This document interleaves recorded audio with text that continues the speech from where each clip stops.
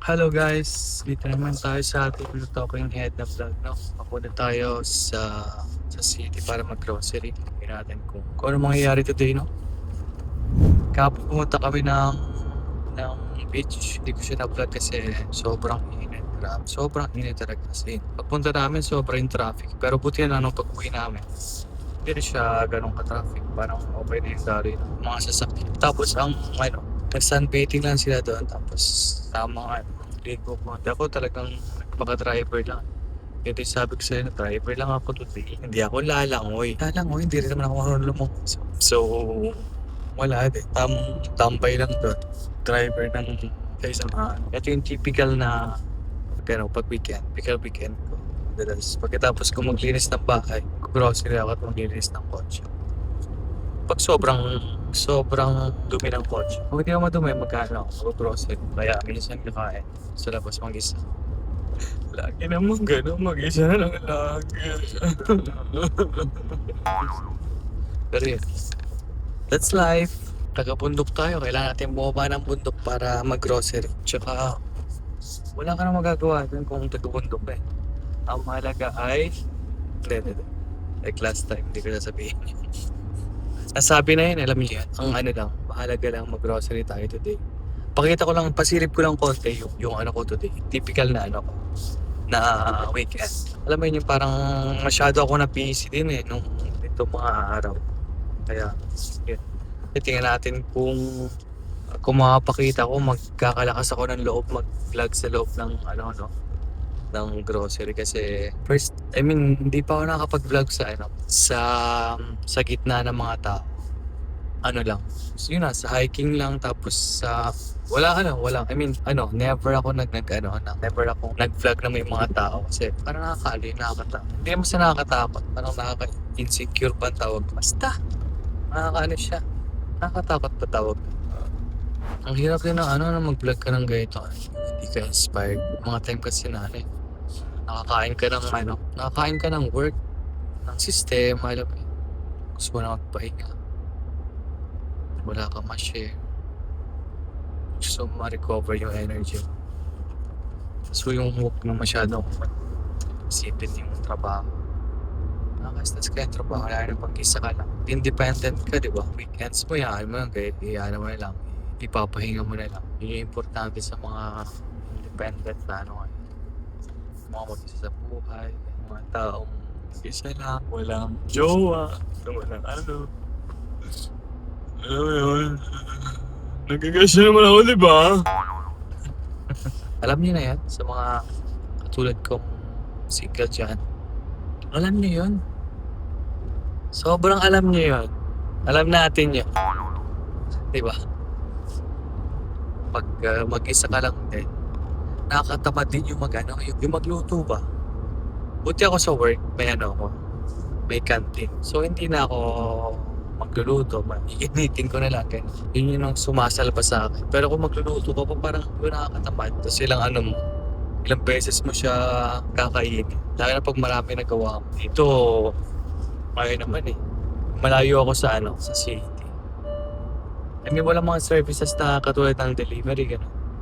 Walang ganun. Magluto ka pag gusto mong kumain. Pag weekends o may mga Pinoy food hindi naman tayo hustler ng Pinoy foods. So okay pa yung pasta eh. Tamang sauce lang ilulutuin mo eh. Mahalaga kasi magtiyaga ka. Magsipag at magtiyaga. Kasi pag may tiyaga, may pag-asa. Hindi mo naman nahulaan. Last time hindi mo rin nahulaan eh.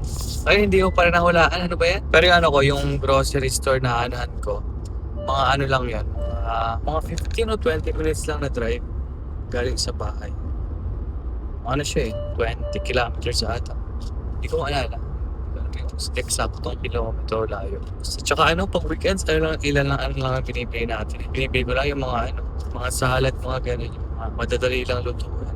Madadali lang ba? Mga salad, ganun. Mga healthy din. Ayaw naman nating mauna pa sa iba. Yung healthy living. So, kaya ang healthy living kaysa inganyong living, di ba? Tsaka pag day off ng sipa ng mga single, ang niya, nakakapagpasaya yan yung grocery. Grocery, yung maglinis ng bahay. Di ba? Sa'yo yun. Yun. Kung mahiya. Pareho tayo. Tapos pag single ka, hirap mag-rant sa salamin, di ba? Pag mag-rant ka, pag may problema ka sa trabaho o gusto mong maglabas ng sama ng loob, ang hirap na rin i-rant sa sa salamin yung mga gusto mong sabihin. O kaya kausapin mo yung sarili mo, ang hirap na rin minsan eh. Minsan ang hirap na, di ka pa di ka pa sasagutin, ang hirap. Paano na? Nabuhang na. Napaliw na sa Italy. Pinakausap yung sarili. Grocery na tayo ngayon. Then ako ng kotse. Linis. Tapos bukas, may work na naman. Sila, kasi sa Martes pa ako. Ito yung perk ng isang perk ng nag-shift. Factory tayo sa factory. Automatic machines. Tsaka pag dependent. Kapag mag-isa ka lang, matatag ka. Bawal umiyak. Pag umiyak ka, ibig sabihin nun, nandun ka na sa kaduluduluhan ba? Kaduluduluhan. Kasukdul-sukdul. Basta! Doon, nasa edge ka na ng sa limit na ng iyong pasensya, lahat. Kaya ako umiyak. Tapos pagkaiyak ko, pasensya ulit. Ayun lang yun eh. Kung hindi ka magpapasensya, sino pa? Ayaw mag-resign ka sa work, diba? Ano ka kakain? Diba? Kainin mo mga damo. Kasi kung pwede makain yung damo, diba? Parang naalala ko tuloy dun sa may viral na bata. Pinapayar ng mga kasabihan. Aanin pa ang damo kung patay na ang sumagot yung bata. Lolo. Lolo? Kain damo? Ngek, ngek, ngek, ngek. Tsaka malapit na tayo ngayon sa grocery. Mga 6 to 7 minutes. Depende syempre sa traffic. Pero hindi katulad ng traffic sa Pilipinas. Put your head on my shoulder. At sa mga mga gustong pumunta ng magbakasyon sa Italy. Maganda talaga may internet ka. Tapos para to sa mga gusto magbakasyon dito, mahalaga may internet ka kasi karamihan sa kanila hindi marunong mag-English. So kung may pupuntahan ka, so okay na may Google Maps. Kasi yung transportation na kaya din parang naka-connect na doon. Maganda yung nila. Sasabihin kung anong bus kukunin mo, gano'n. May oras, organized sila. Tsaka anong connect sa grocery. Lang naman yun. Tamang info pa. Konting info para sa mga gusto pumunta dito, magbakasyon. Sa mga gusto naman pumunta dito sa work, yun ang mahirap. May sila tinatawag na Flusi. Ang Flusi ay pag open yon, kumukuha silang, kunyari, sabihin ako ilang total na na mga trabahador about sa mga kung ano-ano mga sangay ng trabaho. Tapos yun, mag-a-apply ka doon, lalo na pag may mga kamag-anak ka dito. Tsaka yun, na lang, swertihan na lang. Kukunin ka o hindi. Katulad ng pinsan ko, next week, andito na yan. Buti nga at pinalad. Kasi kung hindi pinalad, edi hindi nakuha. God is good all the time. Malaga, maniwala ka at maniwala. Tsaka, pag nandito ka na, kung dito ka magtatrabaho, dapat doble ka talaga. Pasensya, doble. Bigyan mo ng time yung sarili mo, matuto. Lalo kung hindi ka pa marunong mag-Italian. Kanya-kanya naman yan ng diba? Learning process. Yes, learning process. Slang. Slang ba? Slang. Tapos, galingan mo sa buhay. Focus lang sa work. Kahit lang ng kaya, ipon ng ipon. Para pagtanda mo, tamang ipon at kaya. Tsaga. Huwag bibitaw. Kahit hawak mo yung beat, huwag kang bibitaw. Kasi pag nasa yun ang beat, nasa iyo ang kapangyarihan. Ang bato ding. Ang bato ding. Hindi pumapasok. Joke lang. Pero yun, malapit na tayo sa grocery, mga lang. 4 minutes. Depende pa rin sa traffic.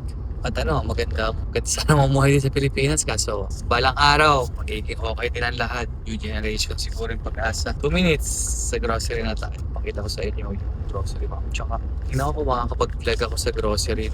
Yun yung hindi ko pa na-experience mag-vlog sa grocery. Kasi, naman yung mga tao, mga judgmental.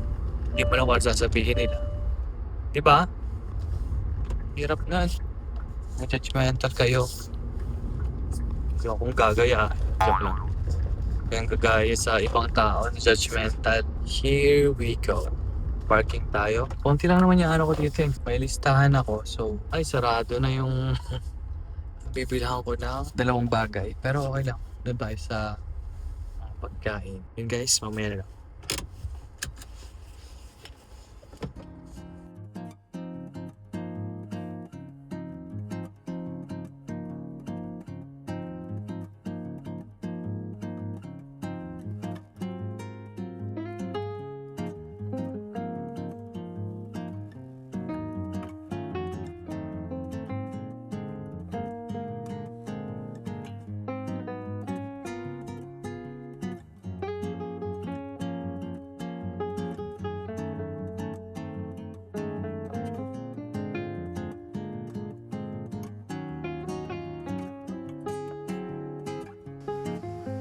At kung umabot kayo sa yugtong ito, ako ay taos puso nagpapasalamat.